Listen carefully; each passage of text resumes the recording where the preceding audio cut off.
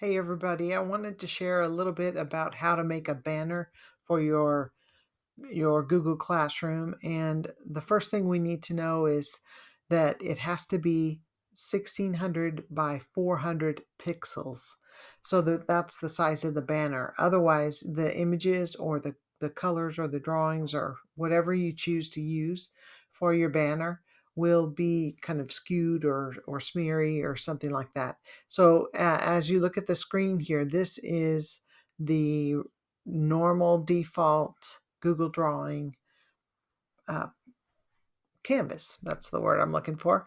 And if you right now you see all the checker marks on checkerboard on it, and that means it's a transparent image. So whatever we put on top of this is going to be clear, which is great if you have a solid color underneath. But right now we need to change the settings that we have for our drawing to make it match the banner we want. So if you go up to File and then down to Page Setup, instead of Standard, you want to choose Custom because we're going to change this and create a banner.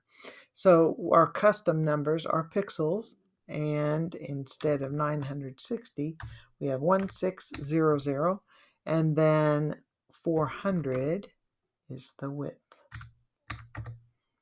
pixels.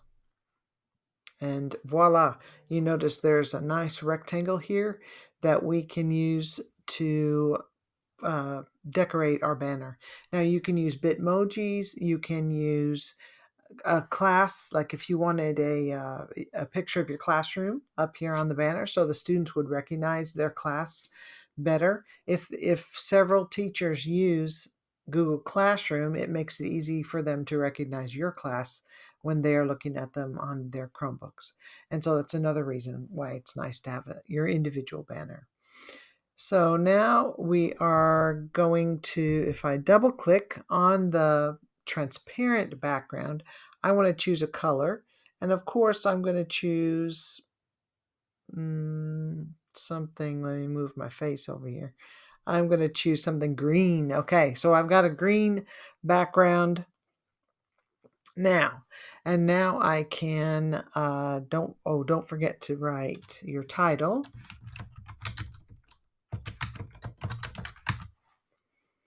Okay. And then I'm going to insert, I like word art. So I'm going to write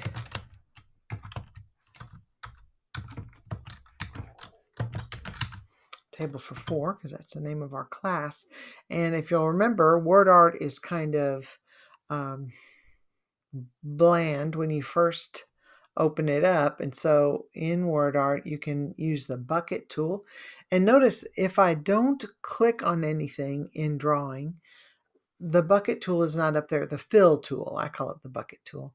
But if you click on an item, then the fill tool pops up and you can choose the color that you want to go on there to fill inside. And also the line tool is the same way. You can choose a brighter, I'm going to make a really bright line, and I'm going to make it 2 pixels wide.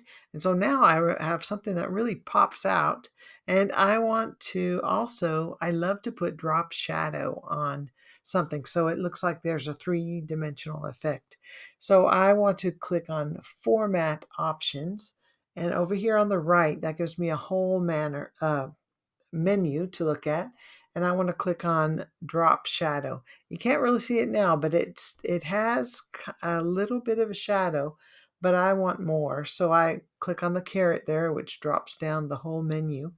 And the blur radius is at the bottom here. I want my radius to be a little bit larger. And the distance that I want it to go away from the letter uh, is a little bit larger. So you can put there it is. So can you see how the shadow moves? So you can play with this. This is something I could do all day long. And then also you can change the angle if you want, oops. If you want the angle for your shadow to be it kind of swirls around like a clock. Did the degrees of a circle.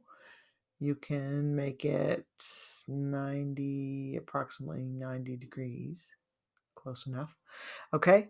Um, and then you can also change the color of the shadow that you want. So if I wanted to do a really wild and crazy um, color, I could do that. And then, so now I have an easily identifiable banner for my Google Classroom. I hope you can play around with Google Drawing some more. There's so much more you can do with it, but just remember that the menu changes all the time. So it doesn't show up until you click on the item. Then the menu items that have to do with that will pop up. It keeps it real simple for so you only have the menu that goes with the item that you've clicked on at all times. All right, there we go. Thank you very much and talk to you later.